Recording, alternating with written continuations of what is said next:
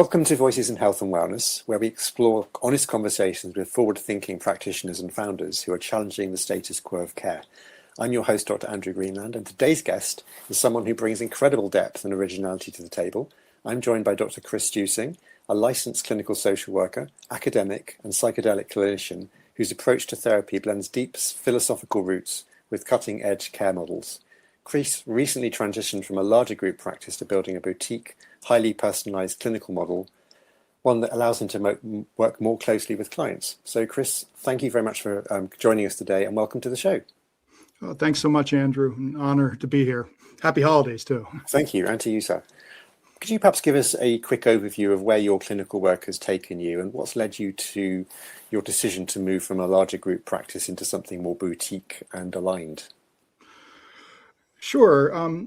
Well, I have been in private practice for a while now, over a decade. And in the beginning, it was all about size and scalability and wanting to build a large practice.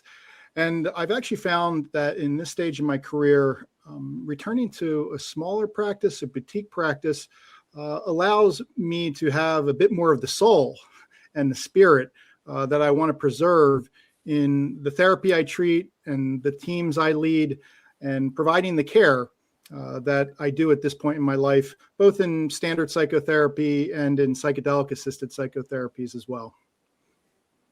Thank you. And how has that shift changed the way that you sort of show up professionally and personally for your patients?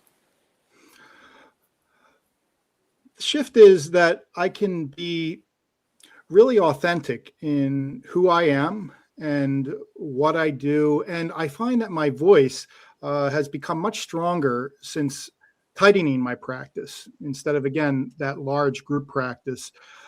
I find, too, the camaraderie, the collegiality that comes from a smaller team really is superior to trying to lead a large team. Also, too, in terms of being more agile, the practice can pivot and move towards new modalities, also integrative models that I feel like larger organizations would have trouble with. So really, I think I can summarize it by having a licensure to practice the way that I want to practice, and also to operate freely from a lot of the systems, the systemic resistances, the systemic structures that oftentimes hinder and inhibit private practices on a larger scale. Thank you. Be interesting to hear a little bit about what you do for your patients, what modalities you're using, and because I'm from the UK and the psychedelic-assisted psychotherapy is something we're not really, it's not really in our sphere. Could you perhaps speak to a little bit about what that involves and how it plays out? Sure. Well, it's not monolithic. First off, there are different shades of psychedelic psychotherapy. There's assisted psychotherapy. There's also IV clinics and IM clinics, which do higher dose psychotherapies, well, actually ketamine therapies that focus on the medicine primarily. And there isn't much of a therapeutic process going on. In my own practice, I use psychedelic assisted psychotherapy, and we use ketamine, where I am located on the East Coast of the United States, because that is our legal route.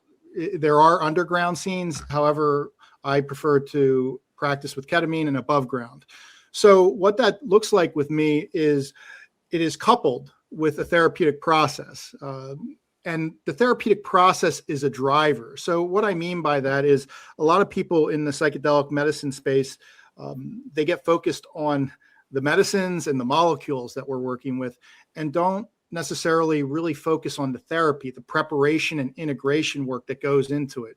So with that being said, I find that psychedelic assisted therapies are a wonderful way to catalyze an existing therapeutic process after I've built a relationship with a client and a dynamic and some of a history, and also the treatment relationship, which serves as the container for the psychedelic experience, and then using the experiences, the psychedelic experiences, the medicines, to catalyze and almost accelerate the process by providing material that can then be unpacked.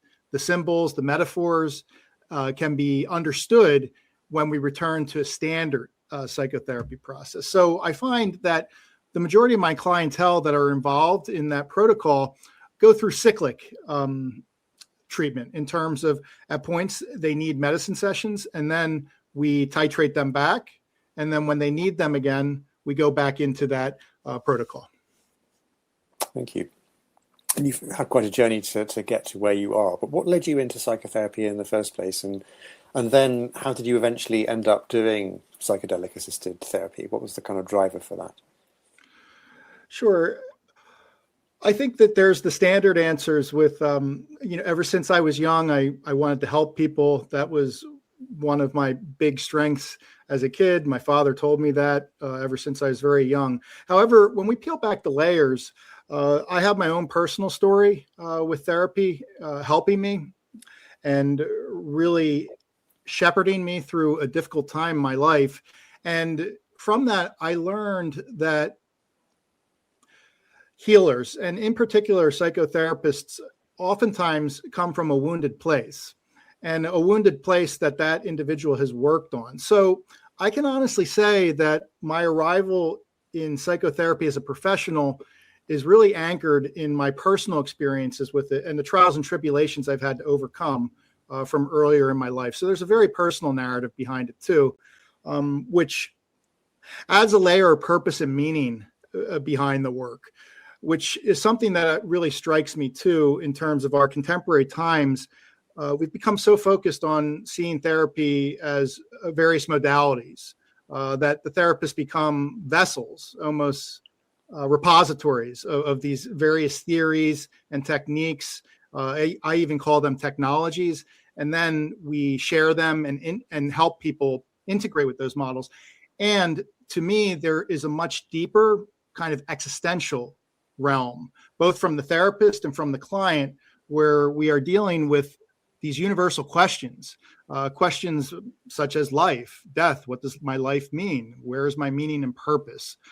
So to circle back to that, in undergraduate, I was a philosophy major and very interested too in religions. I studied religion and theology a great deal.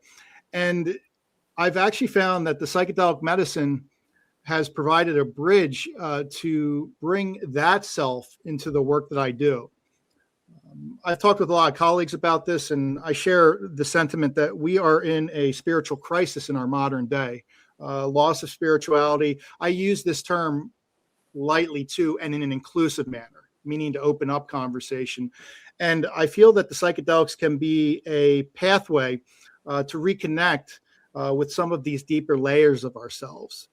And so that is something that also rings true to me in my practice, in practicing in a smaller practice, is that we can go deeper versus, again, being dispensaries of modalities like, oh, this is a DBT practice. It's more so, I want psychotherapy to be delivered with science, soul, and philosophy. And so the psychedelic medicine kind of brings that all together. But also, too, I don't want to make that false bifurcation as well. This includes regular psychotherapy or treatment as usual, which can be very, very spirit-based and soul-based.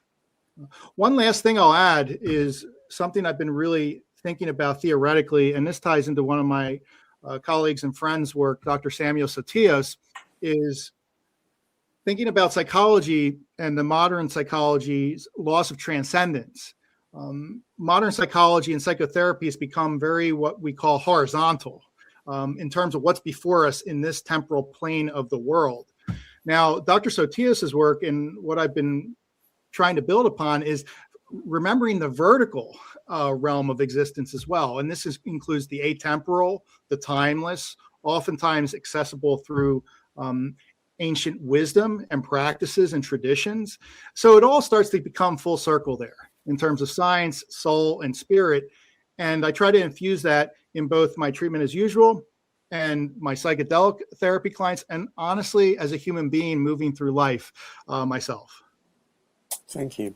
So with that, what does a typical day look like for you now? I dare say there is no such thing as a typical day, but I'm just curious to know how it pans out for, for the clinical work, the administrative work. Obviously, you're running a business as well. What does it look like at the moment?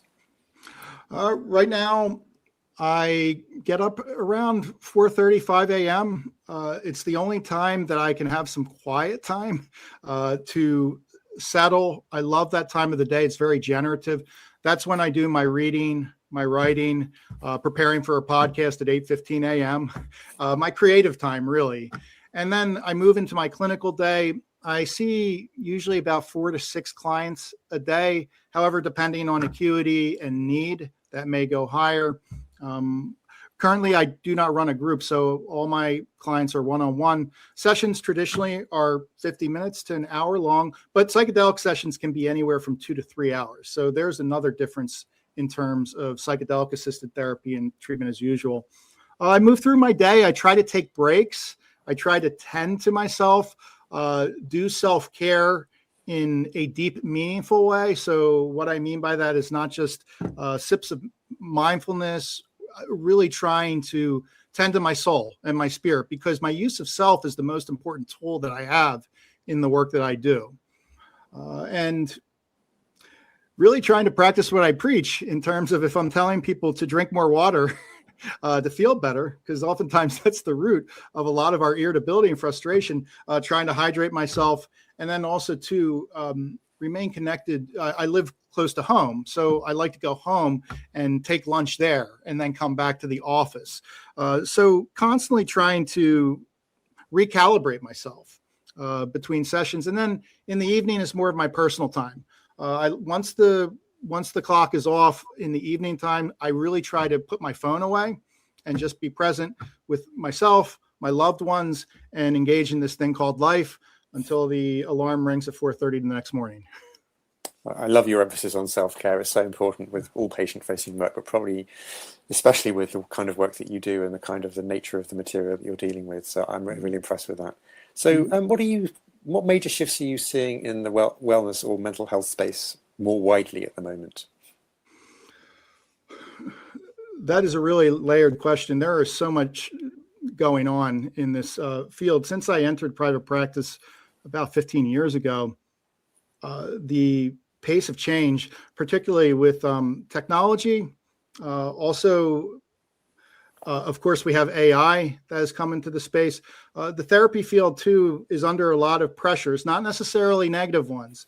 But when I first started, it was therapists. Now we have coaching elements, right? We also have the AI elements and apps and various technologies starting to provide therapeutic services. I wouldn't necessarily say they're providing therapy per se, but the field is really changing, and in an exciting way too. When I started private practice, it was just about kind of hanging your shingle out there and doing everything yourself, from marketing, content creation, blogging, all that. Now that has really shifted too, in terms of the online presence seems to be everything. So something else I've been delving into is content creation, creating videos, writing, posting on various social platforms, my ideas and putting them out there. And I think that's a really important way that we can help bring the field together, is by using social media and meetings like this to create community, because that's the ultimate self-care, being connected in what can seem like a very isolating profession, particularly at the private practice level. Thank you. Well, you mentioned just now about AI, which I'm glad you did, because I want to kind of go into that a little bit. Sure. What do you see the role of AI? I mean, you mentioned about helping getting the messaging out there, but obviously there is some horror stories about AI giving therapy to patients, and I just want to get your sense on what's happening to that dynamic with AI in the equation. Mm-hmm. I've done a lot of thinking about this, Andrew, and there's really a dialectical tension between the tech valley philosophy of move fast and break through things, be a disruptor, right? Which is also what drives venture capital, right? Investors want to get paid. They want to get paid quickly. They want to see profit on their investment. On the other end, we have the very human side of therapy, and I would argue probably medical practices and various medical disciplines as well, where we are working with human beings. And in my humble opinion, really, it's the antithesis of the Tech Valley disruptor philosophy in terms of move fast and break things. Really, I think we need to move slow to not break things. So there is that tension there, and everyone is involved in, I feel, a divisive conversation in terms of AI is going to replace us, or human beings will never be replaced by AI. They can't do therapy. I actually think AI is here. I mean, it is, and it's going to continue to grow no matter what. We really have to be challenged as therapists to figure out where our own stance lies with AI and do it in an inclusive manner. Where we're having conversations with people all over the spectrum in terms of healthcare and AI, because no one person or stance has the answer here. We don't know the unintended consequences. Now, on the flip side of that, AI can be an incredible force multiplier, can provide some elements of care, perhaps to underserved populations, rural populations, populations that may have trouble affording therapy, can also be used between therapy sessions, perhaps to augment the process with an existing therapist. So there's just so much potential out there. It's tough to wrap my head around, though. And for that reason, again, I'm a proponent of move slowly and not break things, because the unintended consequences could be dire if we're just plunging ahead. Thank you. You mentioned also about social media just now, and there's a certain amount of branding the therapist involved in this. And I just wondered whether you think that might be pushing people to more surface level care, or is it actually creating more opportunities as well? Both. We can think about this dialectically. Some people, many people in terms of the therapeutic process, there's no right or wrong therapeutic process. Some of it is going to be symptomatology based. And for some individuals, that's wonderful. That's what people want, symptom relief. However, I think that with AI and a lot of the content that's being generated, voluminous content in waves, it can be overwhelming. The short form content, the TikToks that we see, the various influencers can give us the impression that therapy is this quick fix. You come, you say what's going on or your problems, what you want fixed, and then the therapist provides these techniques, these technologies to solve them. That's dangerous, because therapy can deepen into an extremely profound process that transforms people, transforms who they are, helps people not replicate their pasts into their present and their future. So something to even concretize that a little bit. A lot of the work, longer term work that I do with clients that I've seen for many years, goes along this dialectic of we come from our parents, and through a lot of hard work, we are not our parents. We're able to kind of individuate. However, without that work, we replicate those intergenerational patterns. And depth psychology, depth-oriented, insight-oriented therapies that are integrated with behavioral therapies, those third wave behavioral therapies, these more contemporary models, can provide a really powerful therapy that goes both symptom mitigation and deep as well. And always coming back, and this is what I've learned in this stage of my career, in general, Andrew, it comes back to the existential realm. It comes back to those big questions of who are we as human beings, both as myself, as at the micro level and at the meso level, in terms of the ecosystems around me, and then getting to the real meta levels in terms of society, the world, culture. And therapy can include all of those realms. And that's a voice that I feel like isn't being fed enough to people, because honestly, that's something that it's really difficult to capture that in short form content. And at this point in marketing and branding, I'm sure you know this, it's all about you have 5 seconds to really capture a person's attention, which that's a whole nother topic in terms of this epidemic of inattention that we currently have going on. And it may be even fewer than 5 seconds, but yeah, I take your point. Right.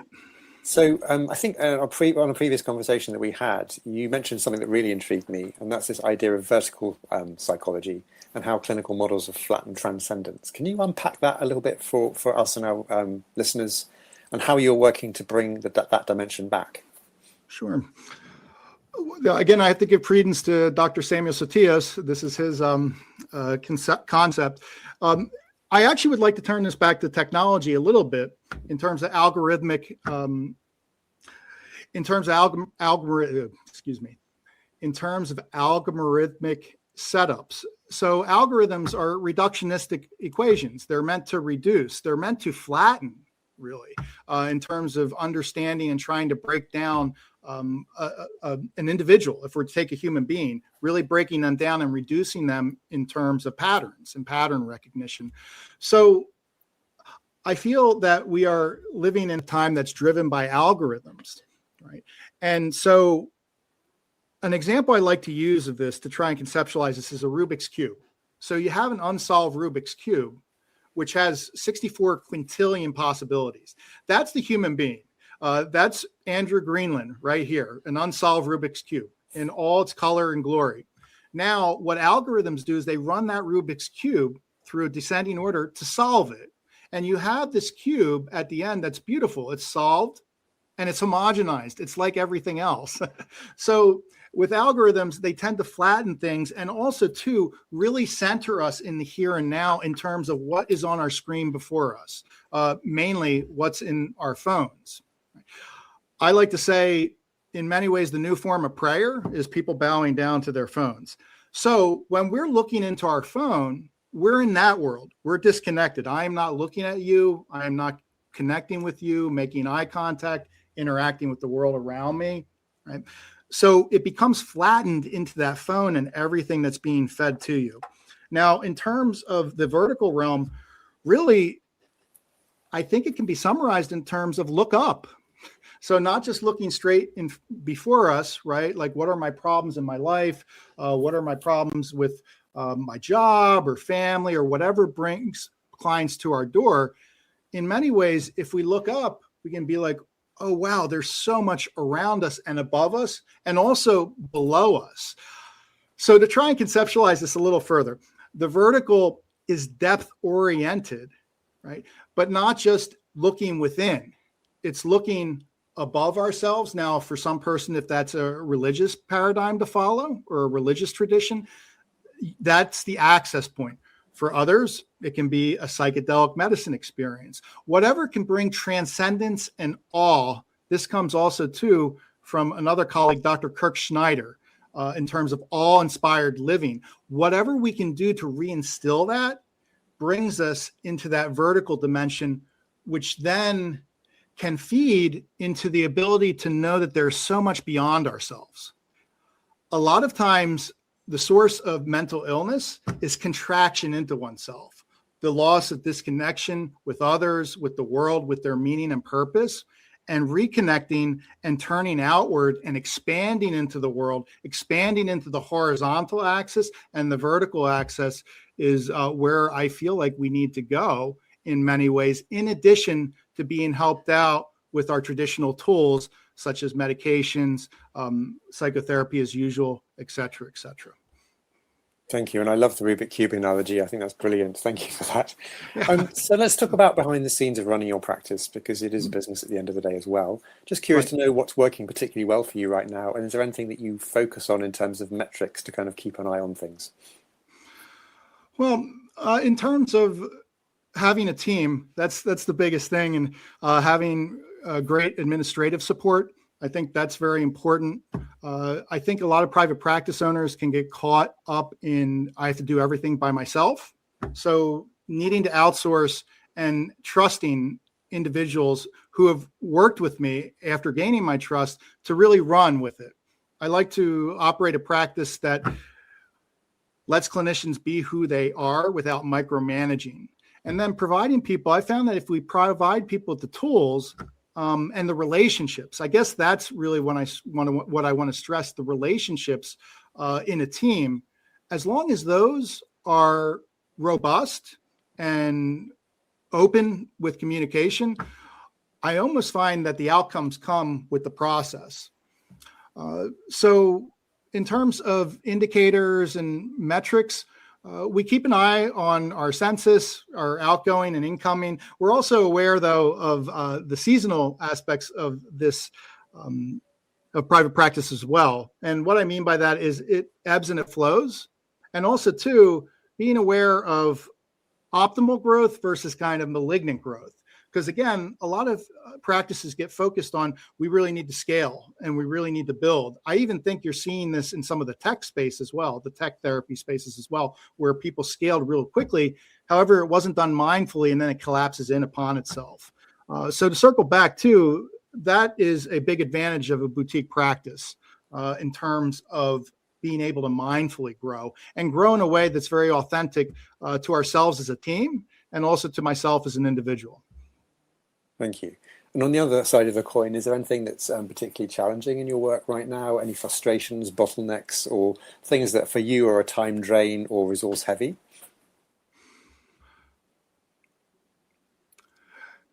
I have to be very mindful of my time. And so in terms of, since I've started being more of an online presence and trying to create content, I get so much noise, people wanting to talk to me, people wanting almost a piece of me, if we want to make it like that. And in the beginning, I was very accommodating. I would take everything on, and I wondered why I was so exhausted. So I've actually had to learn to say no, and make that my favorite word in many ways. And also too, even sometimes saying maybe and taking a day to think about it and evaluate in terms of, is this contributing to my soul? I keep coming back to that word, soul. Is this something that contributes to who I am? Does this feed my frequency?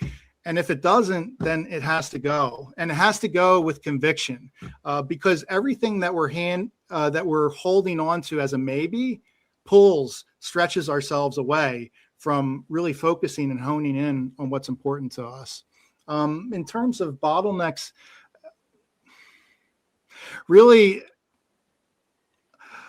the bottleneck I would say is trying to get to people in a timely manner, because there is such a demand here in the United States, at least where I'm located. So making sure to get people in a timely manner, and also too, being able to add a humanity to it. So not just shuffling people through, but really creating intake processes, interactive processes with prospective clients that are humanized and not just meant to get them in, get a diagnosis, and what I call churn and burn. Thank you. And if you had a magic wand and you could fix one thing in the business tomorrow, what would that be? And I'm afraid you can't have more time. You just mentioned that. Magic wand. One thing? Well, you can have more than one thing. Just curious to know if one thing springs to mind. I would like clinicians at all levels of care to be adequately compensated, and not just in financial ways, but in the systems and the organizations that they work with, in terms of seeing people as human beings who add value and bring their own individual gifts to the work that they do.